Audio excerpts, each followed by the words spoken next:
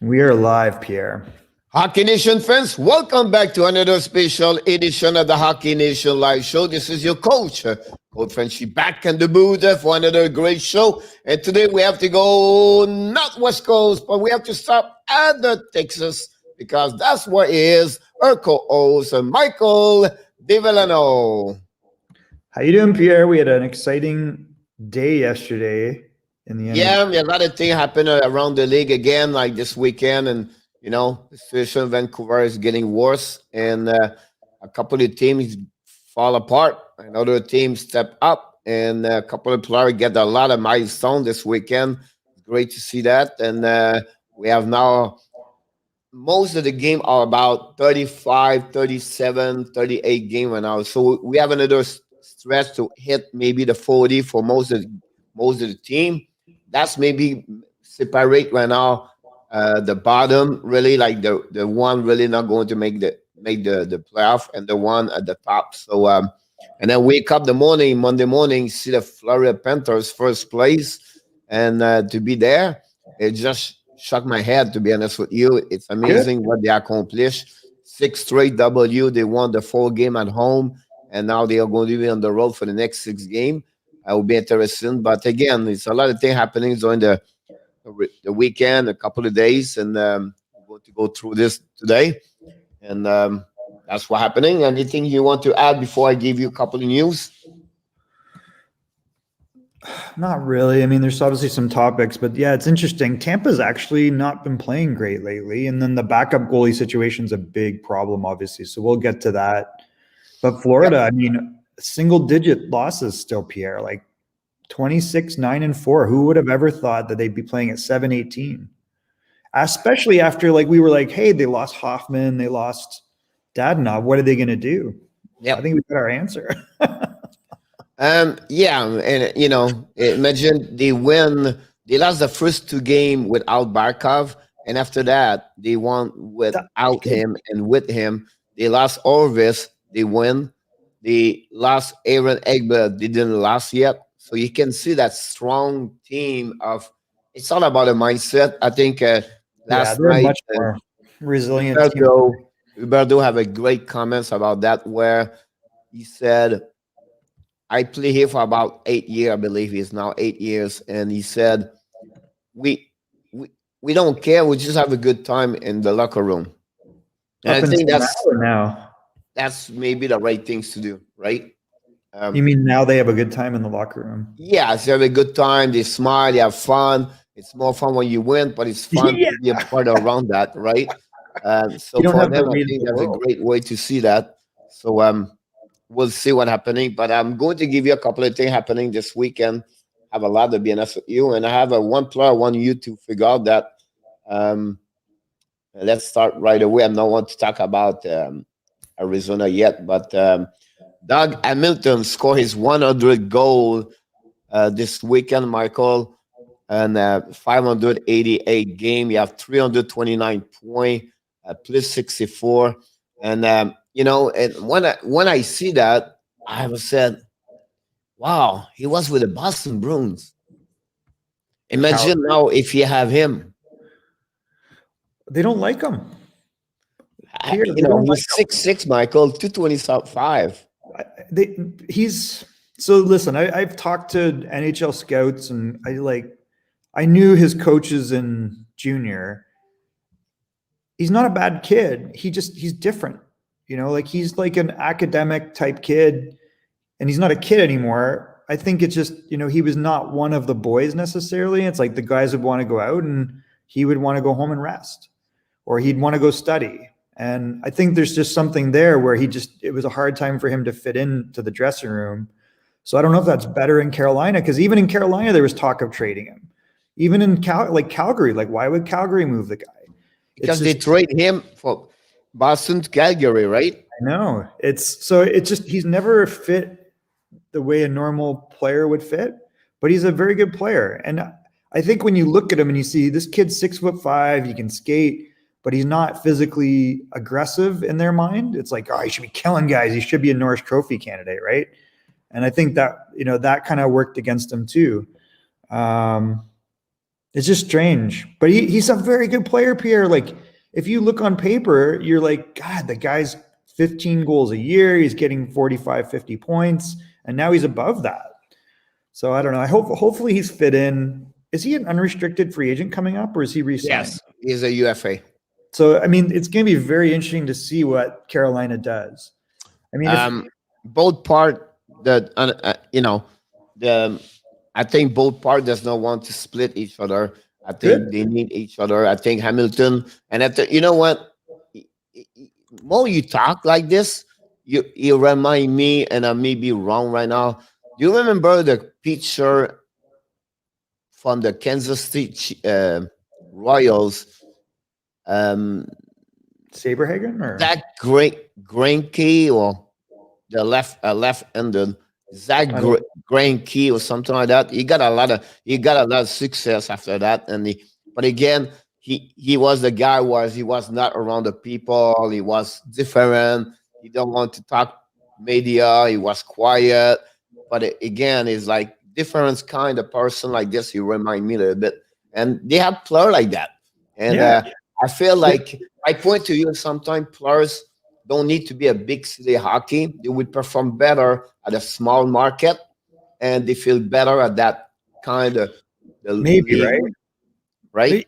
Even if you over the last few years, how many times we've heard his name come up in trade discussions? Yeah, I think look, they dumped the guy after playing 170 games in 3 years. And he was making progress, right? So why was the trade with Hamilton for Calgary? Oh man, it's a really good question. Like, who? Because Calgary trade to two draft picks. I think so. That's what I'm thinking. The first two, right? First pick. For some reason, I think it was 2 draft picks. And then they got trade to Hurricane, Tonoha, Affinen, and Lindholm. So what's funny is the original trade was part of the Phil Kessel trade. So the Leafs traded the draft pick. It ended up being Tyler Seguin. Interesting. To Boston for Phil Kessel. So the Phil Kessel trade was like Tyler Seguin and Dougie Hamilton for Phil Kessel. And then he was traded for a first pick, which was Zach Senyshyn. Okay.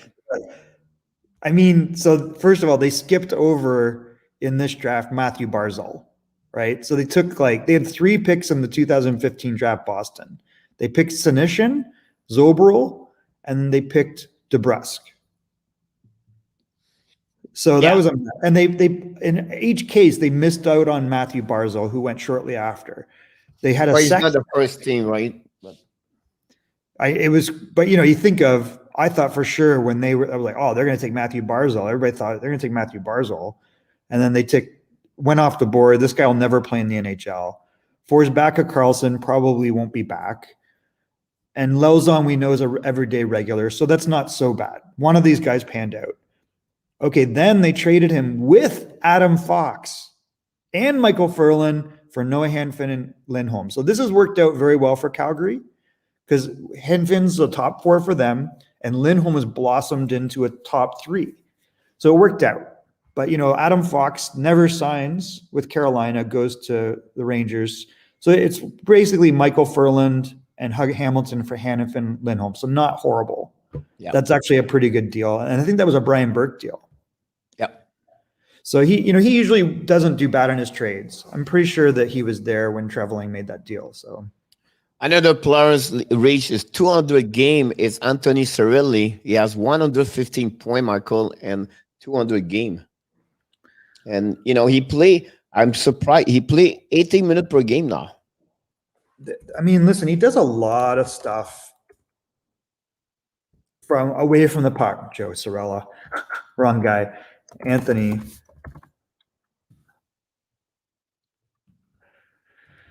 He does a lot. I will admit, and he gets points, and I never understand how he gets points. I didn't love him in the playoffs last year. And he didn't have a great playoff, but he reminded me. His numbers are good. Yeah, he's a better scorer, but otherwise away from the puck for sure. He's more like the guy like does a lot of details of the game. It's more the winger makes score more. He's not a guy who's going to score 30 goals per year, but he's going to win a face off. He's going to get back checking, everything like that. The Panthers, I'm wondering, I believe the rumors are we might trade for Shane Gostisbehere or Brent Burns. I would absolutely not trade anything for Shane Gostisbehere. Like, I wouldn't give them anything for him. He's not very good. I don't know who said that, but they would not trade. Tampa Bay is not going to get him. The Panthers? Oh, you talk about the Panthers? Yeah, maybe I said it wrong. The Panthers, this is Anthony. And then he says, Brent Burns or Shane Gostisbehere. If you can get Brent Burns, you do it. I mean, I don't know. The reason I'm sorry I was not there. So they signed Spencer Knight to an entry-level contract, so that's interesting. And then we're possibly trading Chris Drager, which is logical because he's unrestricted and he's played very well. And you've got a $10 million goalie, and then you've got Spencer Knight, who's honestly like Spencer Knight could split time between the AHL and the NHL, play some backup games, and they'd be fine. Like, he's a very capable goalie. They're going to ease him in over the next year or two. So the only way I believe they will trade Trigger if they get the right deal. Otherwise, I don't see right now other Panthers do a trade at that moment. Yeah, it'll be interesting. I think there's a lot of possibilities for them. Like, I could see a Ristolainen for Dreider, that type of deal. I think there's risk with Ristolainen, but it would help Buffalo probably. Although Buffalo's been playing a lot better. I really believe the trade on that one is go get Brandon Montour and sign him. Yeah, Brandon Montour is another good option. Listen to what we're saying, though. Those are two defensemen and a team that's been horrible, but they're both good players. So I have to give credit to Don Granato because they are playing much better. You're seeing progress. The problem. I just want to answer Anthony because I haven't changed my studio, so I'm looking there. My computer's there, right there. He's on my left, but the Shane we have already a guy like him is Keith Yandel. So yeah, exactly. You don't improve anything right there. We need to improve the situation with Anton Stradman, and that's the right side. We don't have to improve the left side. It's the right side we need to improve at that moment. Because I'll be honest with you, Michael, maybe you don't look a lot of game, but this year, Forsling is unbelievable. Like the level he play right now, he's amazing what he does right now for the Panthers, and nobody talk about him. So Rasmus Dahlin ain't going anywhere, dude. I got bad news for you. That'll never happen. Nobody's trading Rasmus Dahlin. No, he's minus 40 right now. He could be minus 60. He would not go there for nowhere. At least you give him Barkov and Huberdeau. Barkov would be who you would get. Yeah. So as far as Ristolainen, he's a right shot. Are you saying you need to improve the left side? No, I said like on the left side, they are pretty good. They have Mackenzie Weger, they have Keith Yandel, and they have also Forsling, where Forsling he's doing an amazing, great job. He scored his third goal. He's now at 12 points. That's a lot of good thing over there. On the right side, the problem is usually, if Aaron Ekblad is there, then you have Kudas at the bottom. You need that middle right there. Right now it's Anton Strandman, and that's what you need help on that side over there. That's why Ristolainen would make sense because he's a right shot defenseman. And if he's playing the number 4 spot, that makes a lot of sense because you'd rather have him on a second pairing than the first pairing. But you can't pair him with Keith Yandel. No. But you need to put him with someone like Weegar or someone that's tighter. Exactly. I want to jump on the one because this is a good one. The big other one. Tampa Bay Lightning, the defenseman Victor Edmond play his 800 game this weekend. He have 509 point now and 800 game. He play an average of 24 minutes per game. He's already have 112 goals this so far. He's going to reach his 400 assists the next couple of games. But I think, for me, is maybe the top best defenseman right now, Sand Lindstrom. I don't know who's better. I mean, he's so big. He plays smart positionally. You're not going to get around him. His stick is active. He skates well for a giant. Like he's 6'6", and he's got good offense. He's a pretty great package. We probably don't realize enough how good he is. I mean, it's be tough to anyone to be better than him right now. Yep, I'm going to talk about the club's 500 this weekend because 3 reached 500. First of all, Mark Giordano got his 500 point yesterday during the game, during the celebration of his son's birthday. So you have a story about that. He promised to his son for his birthday he's going to get his 500.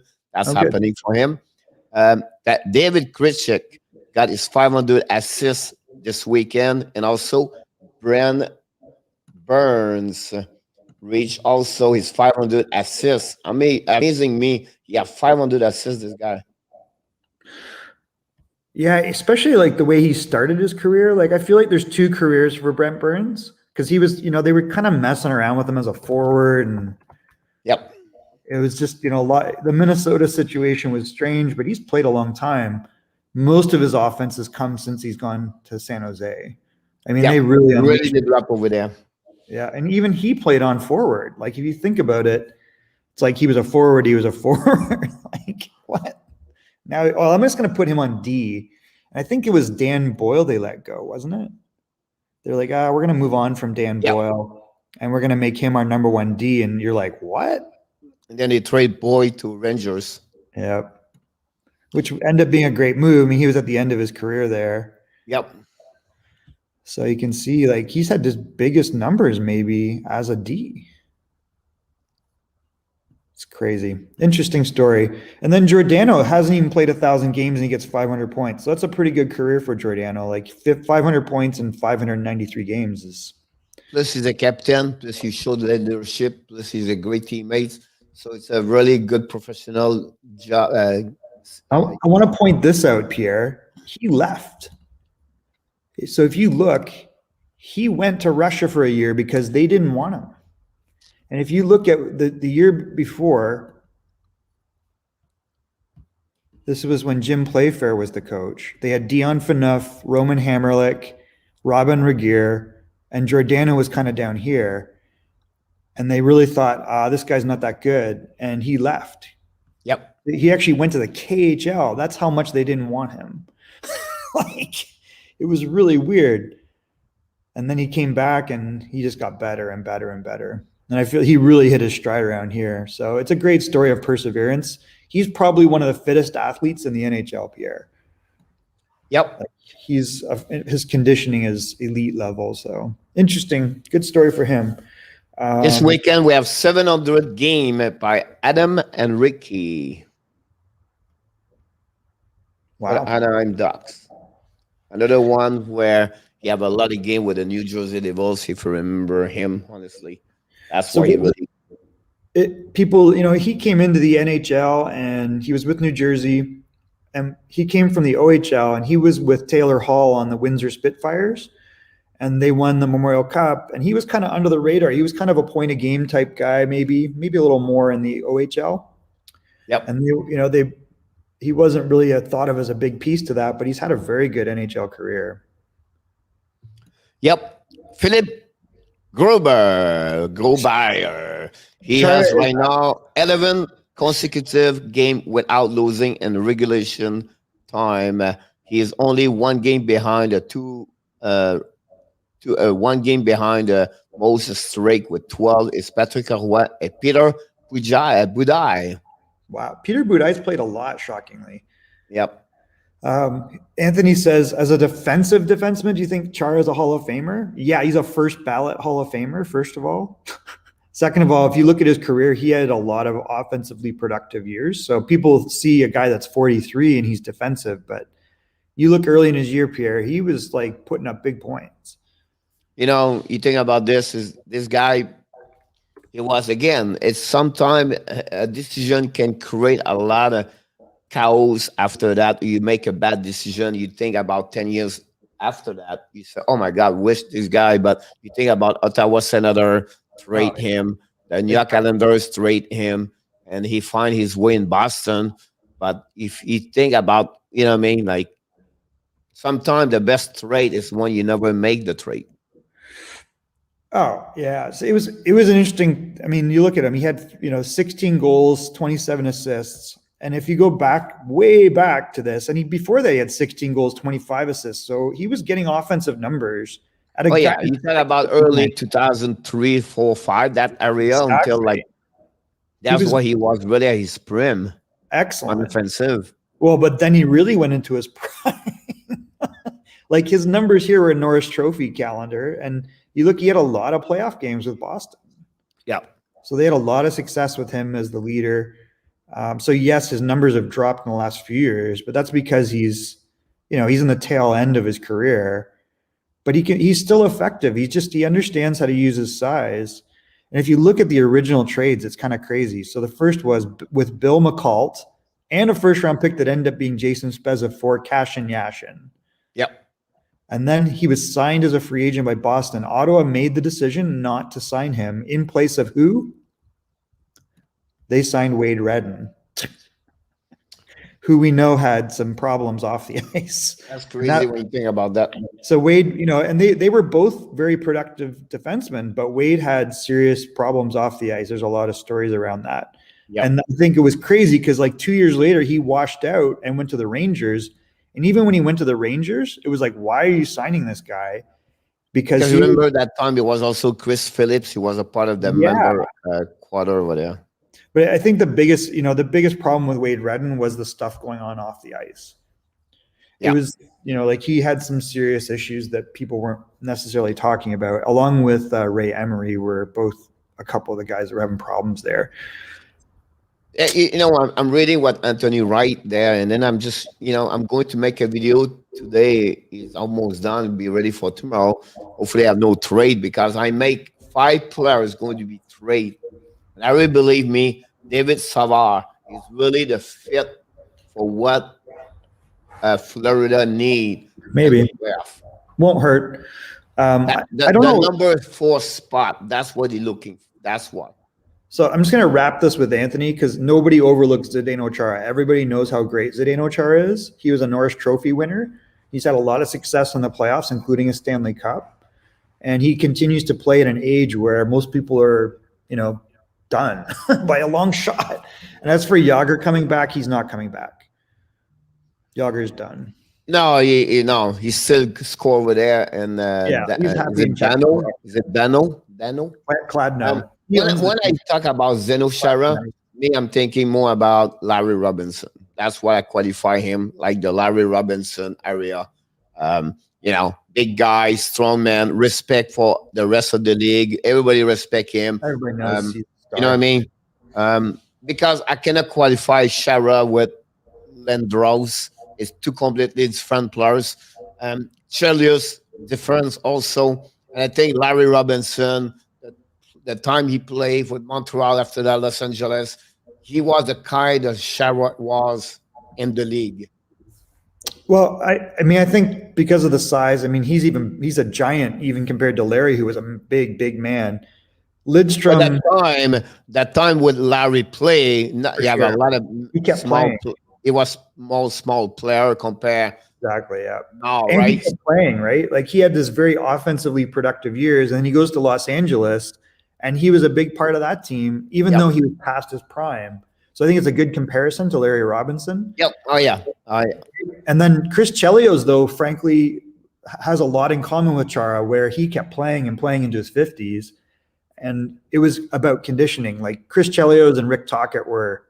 But again, I think Chelios was more to carry on the puck, more physical. I don't see that kind of leadership between Chelios and what Chara and Robinson bring. Chara was a guy. Chelios was a guy on the Crescent Street and on the St. Catherine Street and on those bars.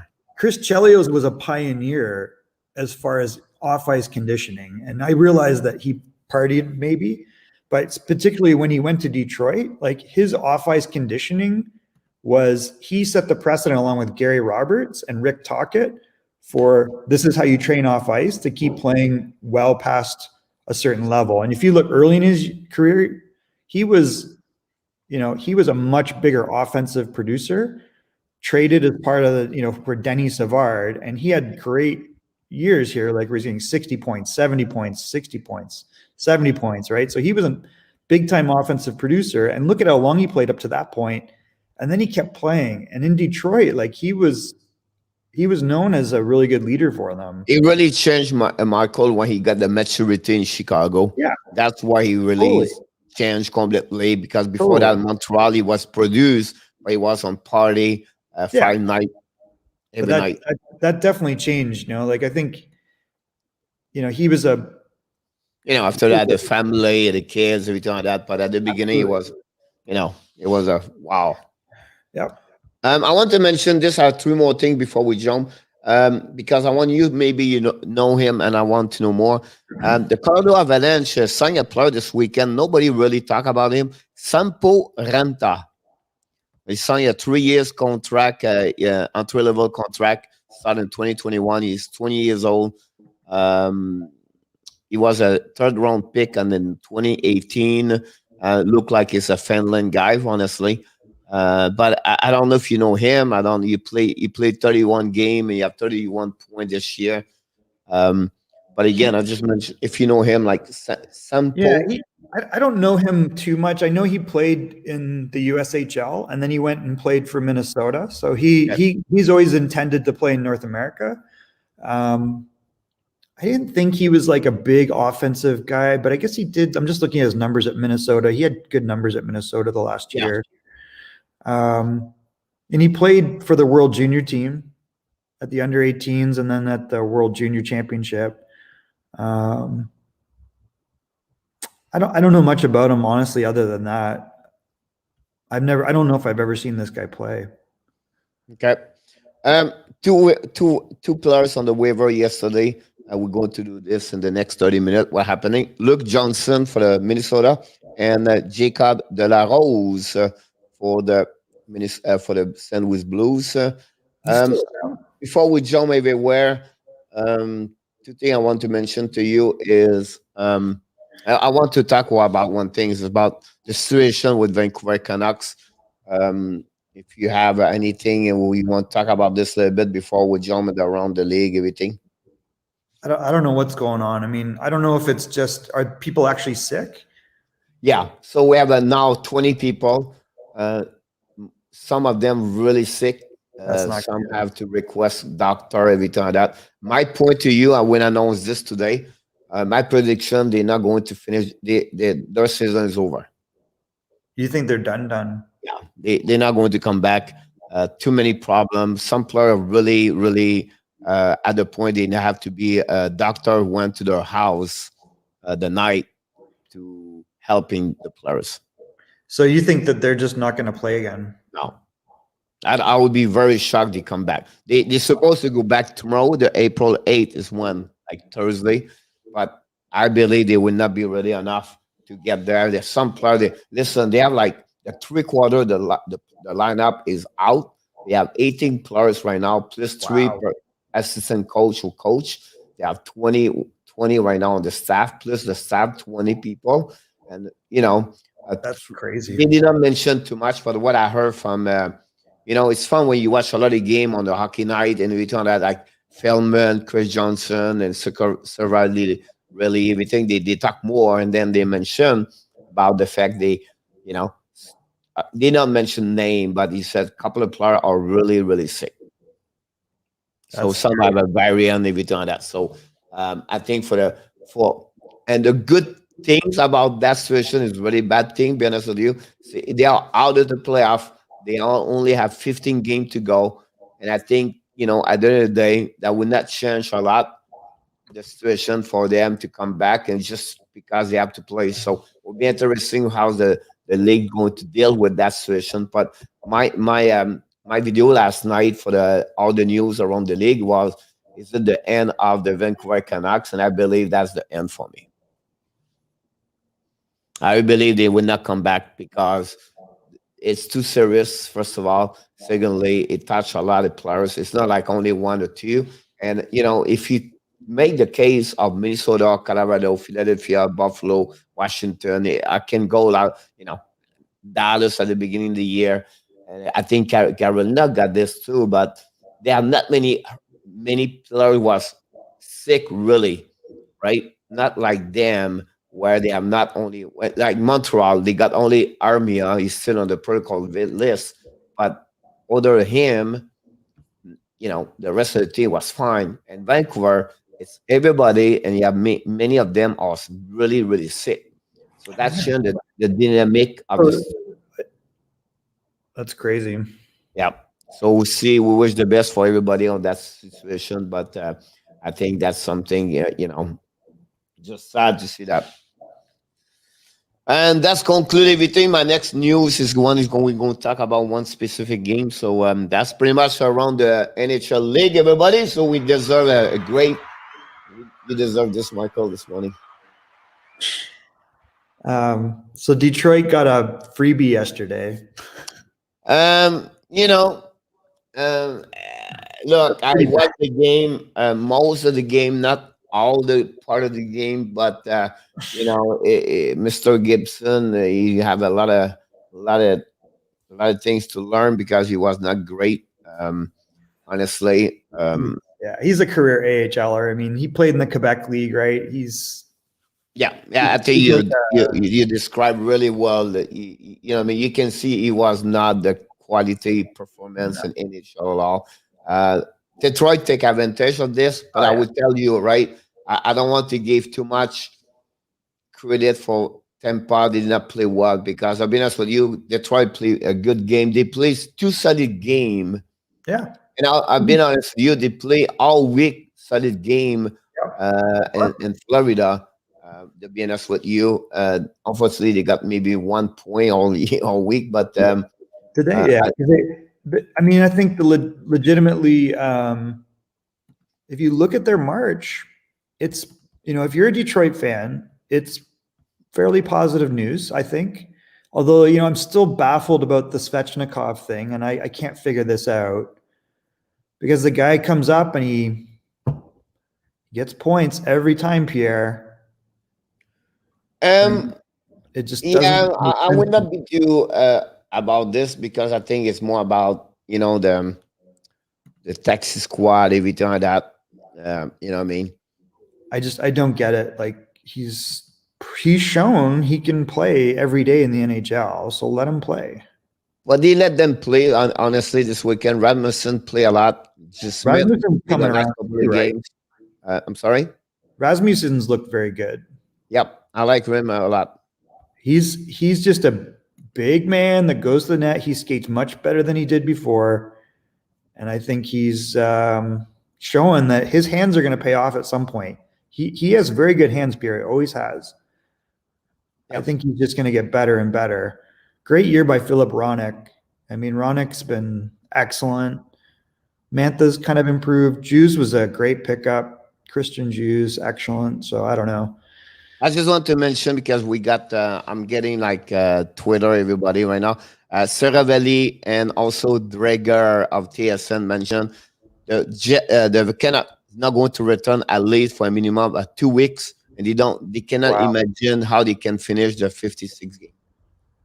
Yeah, I mean, it seems impossible. I think they'll come back at some point, but it's kind of scary, right? Like we get frustrated about all the lockdowns and whether it's protocol is legit or not. But when you see guys like that sick, that's scary because it's not good. And I'm just taking a quick look at, Detroit, this series, they lose in overtime, so they get a point. Then they beat Tampa. They lose by 1. They beat Carolina, so they split that series. They beat Dallas, so they split that series. They lost those 2, but then they beat Columbus twice. So overall, that's a pretty good month for them.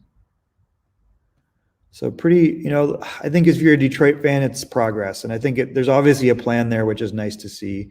They get a point in Florida.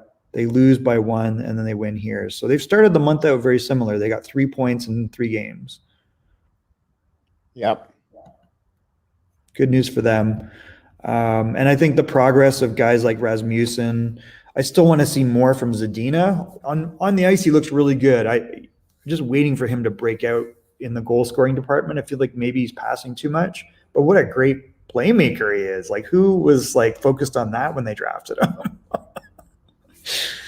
I would not be worried about for him. For me, it's about development, get better, and I think he's going to get there. It would be a 25 goal per season. I think so. It's just be a little bit more patient about him.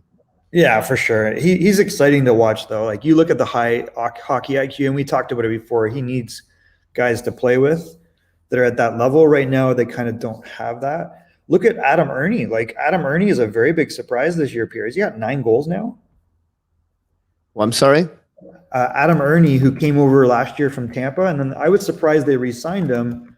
Well, I mean, Steve Yzerman knew something because Adam Ernie has 8 goals in 32 games, Pierre. Yeah. So some good news for Detroit fans overall. I think it's slowly coming together, and then you're going to have an injection of talent in the future. So, this is good news for them. Philip Roenick continues to be an excellent defenseman. So I just want to mention to you, we have an update here. The Nashville Predators signed a second-round pick in 2017, Grand Mismatch, to a 2 years entry-level contract. He has a 4-year career with the North Dakota with 71 points and 117 game. Try to get the most update everywhere. So that's what's happening.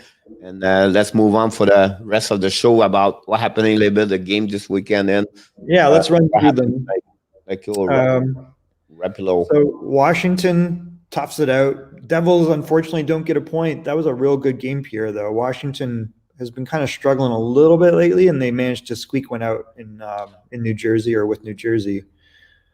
5-4. You're absolutely right. I think, they lost 2 games prior to that game. Again, it's happened all the time. It could be any team. Toronto got it a couple of games ago. Now they're on the all the way. It depends who you play again. It depends when you play. How many games do you play during the week? It's a lot of factors. They are not controllable. And I think that affects some different team at some point. But again, Samson have a really great game. The last maybe 5-6 games now, I have a shaky one yesterday. But again, New Jersey could have at least 1 point because they missed a lot of goals in the second period. Jack Hughes, Woods, and they could win that game honestly. But at the end of the day, it's Washington is better to New Jersey. But I like they have a good week, New Jersey last week. Whatever they lost a couple of games. Yeah. This game you probably watched, Florida versus Columbus. I think you had a live stream for it. Honestly, this game, it was like all over Florida. Columbus gave up. Honestly, it's over. 1 goal the last 19 games for Patrick Laney. Tortorella again in the trouble with not dressing Jack Roslovic during the last game. So that's another one pass in the dunder. But at the end of the day, I don't want to talk about Columbus. I want to talk about an amazing, great performance of Chris Traeger, his 3rd shootout of the season. Florida won the last 6 games. They are first place. And, we have to give him credit. Barkov came back this weekend, have really stepped up yesterday. Have 1 goal, 1 assist. Wegar, 2 assists again. And this team they are believe themselves. They trust themselves. And they work as a team, a unit together. And how they can be the star, the Dallas Star run, I'm not sure. They have a big, who knows what it could happen there. But we have to give them credit. Coach Joel Canville, what I really believe he can be the coach of the year. And also, we don't give enough credit. And we're going to see them 2 times in the TV National and NBC. So it'd be great to see people knows more about Alexander Barkov because he is really the top 5 player in the NHL for me. I mean, he's up there. I think he's very underappreciated. I think he does a lot of good stuff. He's definitely a top 10 player. I do all the stats everything like that, Michael. And the last 10 games, at least, their percentage of face-off is over 60 almost all the time. Yeah. he does a lot of great stuff, doesn't he? Like he's just very good player, like top 12 in scoring, but all the stuff away from the puck. And he's missed a bunch of games, right? So he's missed, he's only played 33 games and he has 40 points. 1.21 a game is pretty damn good. Yeah. So you got to like him. I mean, he's just a big man, plays in Two-way center, two ways. Face-offs, 200-foot player. Like you got to love him. He's a good, Yep. it's a prototypical of what a coach dreams of, right? Yep. Still one more year, 2 years, I think at $5 million. So cheap when you think about it. All right, do one more year. Incredible. So this was interesting. Carolina wins 1-0. Peter Mrazek comes back and gets a shutout. Yeah, so that was the story about that one. Honestly, Dallas gave everything they can, but not good enough to win. And they met, they faced a wall yesterday. He was all ready to play that game, and another great performance for him. And where we always said Carolina need a goaltender, I don't think so. They need anything anymore. They have the goaltender there. They have Raymer back on number 3 right now. They have the rookie over there, and he can perform. I think what they're looking for, maybe another additional defenseman. And overall, after that, they have everything to make a great run. And with Florida at Tampa, that would be interesting to check their Central Division playoff next month. So I want to point something out. He's played 3 games or 2. He's played 5 games. Look at his goals against average, Pierre. Yeah, we had 3 shutout. What the hell? Yeah. Like 5 games, Pierre. 3. I don't know how he lost a game. Like that's crazy. 0.74, 9.68, and 3 shutouts, Pierre. 3 shutouts. Yep. What the hell? So I always loved this guy. Like he was seen as a bit of a punk in Detroit, and that's why they dumped him and they kept Howard. And I was like, who cares? He's right. Get rid of Howard. So he's doing well. Kind of doing all right. He was, he always was a little cocky, but he's a very confident guy. And man, we're seeing like that's amazing overall results. Hasn't missed a beat. Arizona. Oh, this is wrong. This is supposed to be 3-2 actually. Yeah, and talk about one player of that game only. Who's that? Oh, you don't know the story? No, what happened? He scored 3 goals. Oh, Chychrun. Yeah. Jacob Chychrun gets a hat trick. They win 3-2, not 3-0 in overtime. But yeah, it continues. I mean, what can you say about this guy? I mean, he become only the 3rd defenseman in history in NHL, Michael, to accomplish what he did. Only 2 more. Cam Fowler and Eric Desjardins did that only. Even with that team they've been pretty competitive all year long. They even have what's considered their number 1 defenseman and Ekman Larsson coming back. But I mean, Jacob is making a case for the fact that he's their number 1 D now. He's only 23, Pierre. Yeah, he missed a big year because his broken leg, if you remember, right? Yep. And then he was at a draft where he was a lot of good players during his draft year. He's slippery compared to other players, and nobody talked too much about him. Thirdly, he played, and I think he was a 6th overall pick. And thirdly, he played in Arizona. That's another location where the people, you don't watch the game on TV, you don't recognize him, and he was out for 14 months of hockey because of his broken legs, and then the recovery without that. So he was behind, but he's getting now, 22. He's getting what their expectation was for him, and we have to give him credit for that part over there.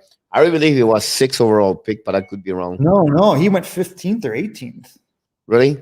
Could be. Yeah, so he was ranked top 3 or something at one point. Yeah, and I think what the fear was he was playing in, I believe, Sarnia in the OHL, and he was physically very mature, kind of like Aaron Ekblad.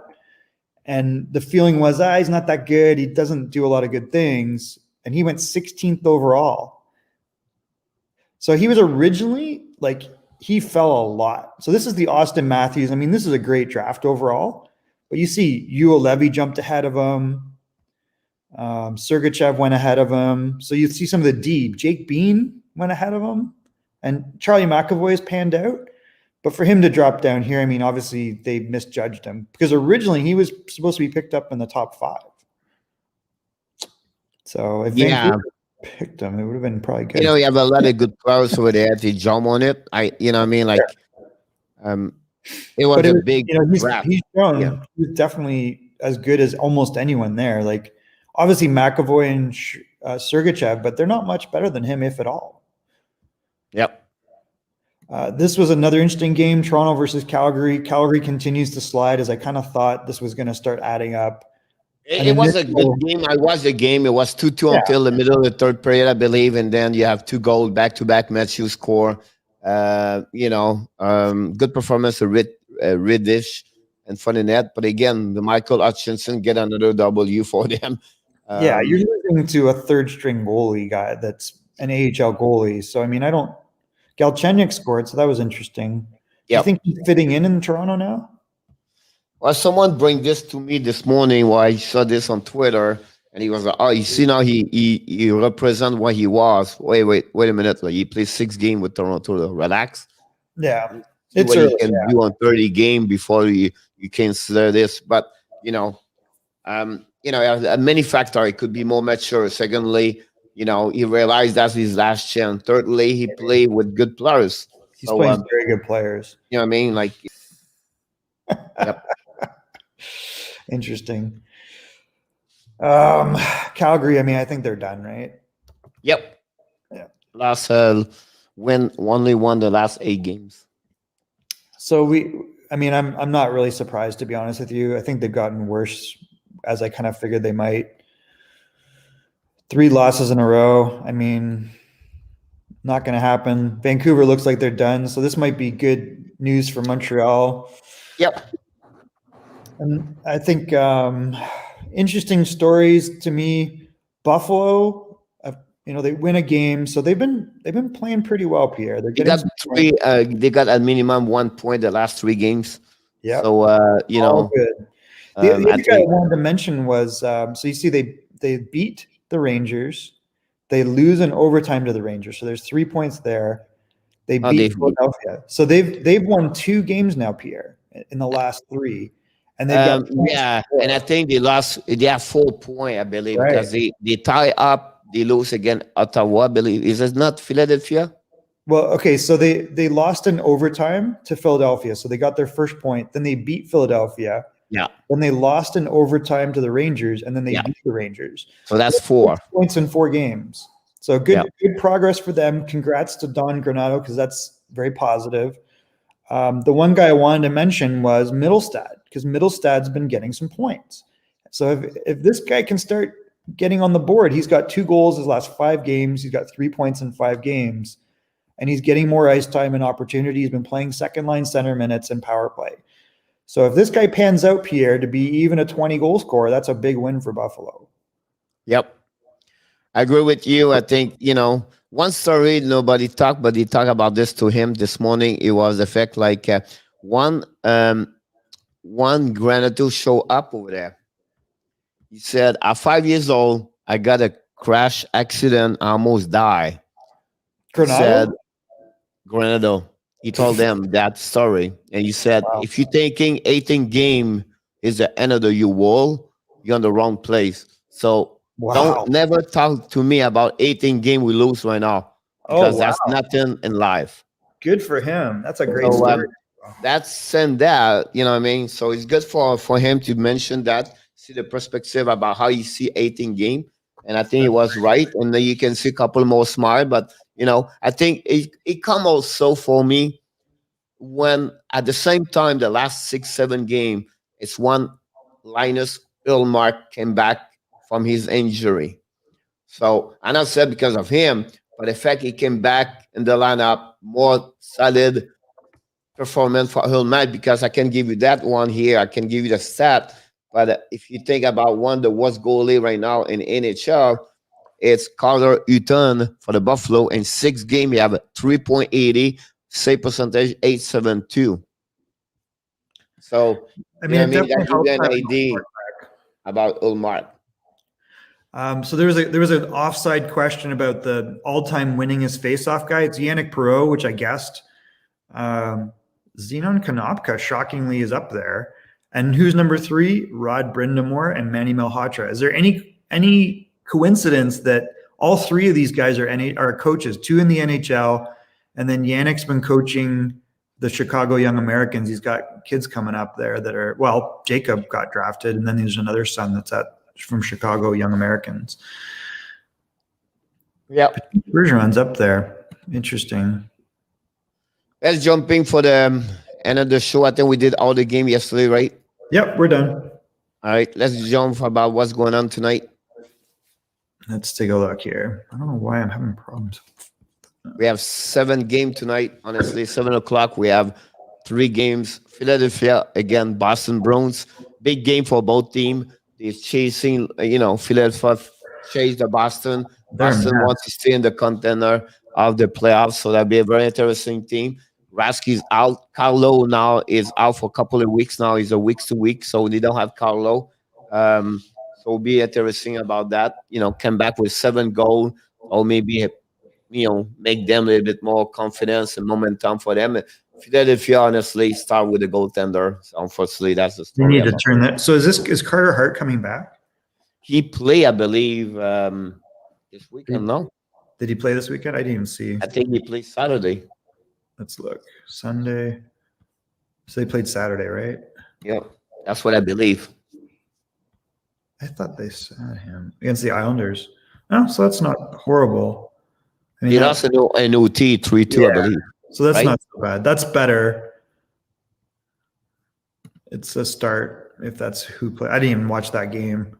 Yeah, Carter played. So that's a lot better. That's what you expect from him. Yep. Second game is going to be Edmonton and Montreal. That's the second time the last 7 days they play each other. Montreal won the last game 4-0. Tressel and McDavid struggled against Montreal this year. I won't tell again because they can score 6 goals tonight. But we'll see. Montreal lost 6-3 again. It was terrible Saturday night. It was bad. They can have a bad game. Welcome back, Eric Stahl tonight. We'll see what Montreal, who's going to be out. Jake Evans or Kokanemi. I expect more Jake Evans out. But, I just said, Michael, we are April 5th today. I got to go. My point, they have 17 games to play in April. So I'm going to finish the show. He left. So let's finish the show right now. I just want to mention to you, I'm going to shifting my head on that way because my computer this morning is this way. At 7 o'clock, also Ottawa Senator visit the Winnipeg Jets. Haliburton is going to start for the Winnipeg. We don't know what's going on with the Winnipeg for the Ottawa. Who's going to be there? They beat the Montreal 6-3 last game. At 8 o'clock, Vegas play in St. Louis Blues. Vegas lost their last 2 games, or maybe I think they lost again in Minnesota the last 2 games. Minnesota welcome and host the Colorado Avalanche. That's a big game for Minnesota, and Colorado is on fire, my friend. And they, I think, are now 11 games with one point. And then the Toronto Maple Leafs back again Calgary. It's a 3-game of 4 night, I believe. And Toronto will be the first 2 games, so it will be interesting about that. Just give you an idea also for the 17th game, Montreal has to play in this month. They play 6 games against Calgary. That's what they're going to know if they make the playoff or not. And finally, at 10 o'clock tonight, and I'm not going to watch it because I'm going to be on a post game. The Arizona Coyotes visit the Los Angeles Kings. You hockey fans, we're going to be live stream tonight watching the Edmonton Oilers against the Montreal Canadiens. That's conclude another show of the Hockey Nation Live Show with Michael Devillano and Colt Frenchy. And before I leave, I want to mention if we heard about, the both players from yesterday are clear for the waiver list. And today, the Chicago put Walmart and Dallas put Kiro on the waiver list. So you get the last update of everything in NHL. That's the reason you should follow more the Hockey Nation Live Show. We give you everything's going on before 12 o'clock p.m. in NHL. So don't forget, again, live stream tonight, 7 o'clock p.m. And we're going to do another game on the Montreal Canadiens. Thank you so much to be here. We thanks Michael. You know, we have to leave. But we thanks each one of you, whatever you are. It's not matter, because remember, you have greatness inside of you. This is your coach, Coach Frenchie, directly for the booth. Have an amazing, great Monday. I will see you Tuesday at 11 o'clock. And don't forget, 7 game tonight. Thank you.